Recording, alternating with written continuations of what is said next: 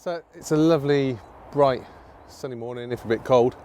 We've got our wood, we've got some of our brackets from first tunnels. So aim for today is to get the base frame and the doorways into the actual polytunnel. The other thing I want to do is put the ridge pole on, but I'm not sure I'm going to be able to do that because it's probably a two-man job. I've had a look at the brackets for the ridge pole, and basically I can't see any way to actually get the pole up there and then put the brackets on. So I think you have to put the brackets on and feed the pole through. So we'll have a look later on, see if we can get that on as well. But today we're on polytunnel building. Well, the light's starting to fade now, and it's getting quite chilly on the plot, so I'm going to have to nip in the greenhouse in a minute and warm up because it's toasty in there. But we've done pretty well. We've done a good job. So let me show you where we got to. So we now, as I say, we've been using these corner brackets with first tunnels, and then also these bracing brackets, and that has made the job just so much easier. It's a bit of a case of right tools for the right job. So all the beams in, so we've got all the beams going all the way around.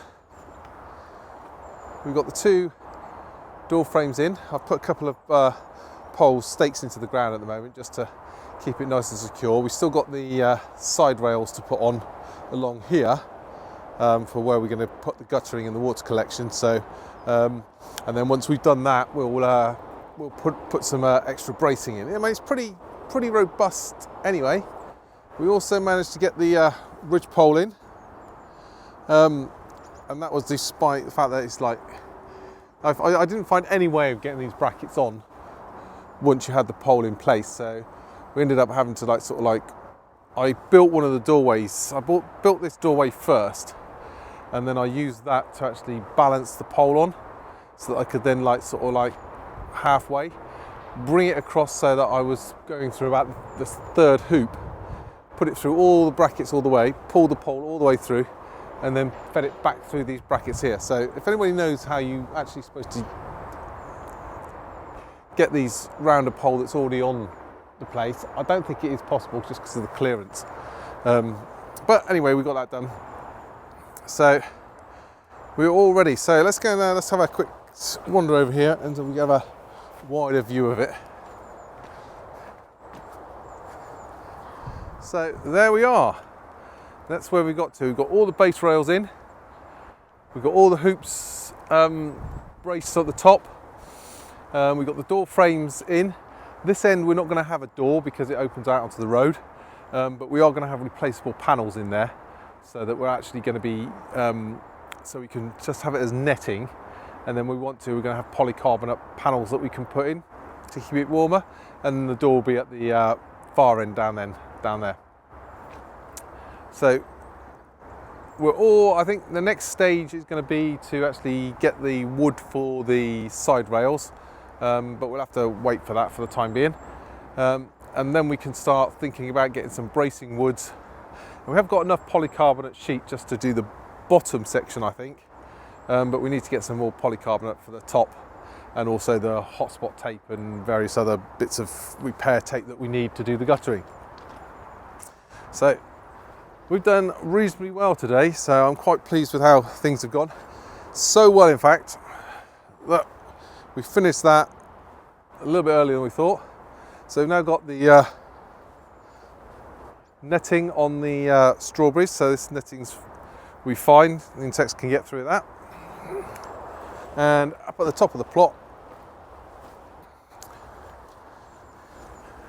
we've got all the rest of the hoop covers in. So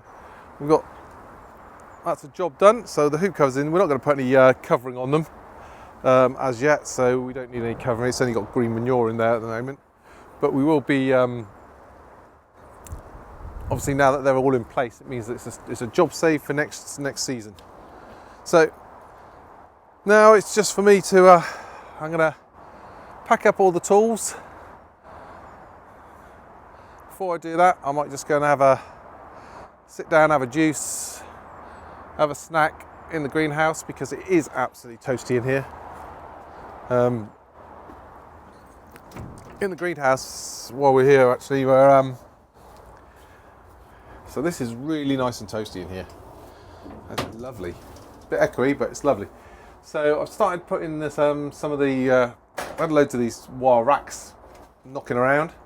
So we started to build up some of the racks in here and for putting plants on. So we need to sort that out. The other thing that we noticed as well is that at the moment, when we look at the temperature sensors in here, it's hot obviously when the sun comes through, but in the evening, it gets colder in here than it does outside. Not by much, but just by a little bit. So what we're going to do is probably find some sort of heat sink that we can use in here. So we'll probably put some, you can put some, I mean, people use water butts and stuff like that and bits, but we probably won't use that. But may well what we do is get some slabs and put some slabs down in here. So they'll soak up the heat during the day, and in the evening it will keep it a little bit warmer. But as I say, we're going to do a whole episode on temperature monitoring and everything else later on. So if you want to see that when it comes out, hit the subscribe button and you'll get notified when that happens. But for the time being, we've had a pretty successful day down on the plot. It's only a brief update today because and a short one, because with the days being so short, we really wanted to get on with getting the construction done. So, and to be honest, me drilling into wood and doing up bolts isn't that exciting to watch. So it's just really a progress update on where we are, and all's looking good. As I say, the sun is just disappearing over there behind the trees, and in the last half hour or so since that sun's dropped off, it's become like really chilly. You can actually see where the boundary now is with the sun. It was on my plot about 20 minutes ago, but if you look behind me, it's just still clipping the top beds there, and the top of the allotments are there. But in, as I say, in about 20 minutes, it would have gone down lower than the tree line, and the place gets really cold. Once that sun drops, the temperature really drops off. So I'm going to get on, pack up the tools, and we will see you again next time. Take care.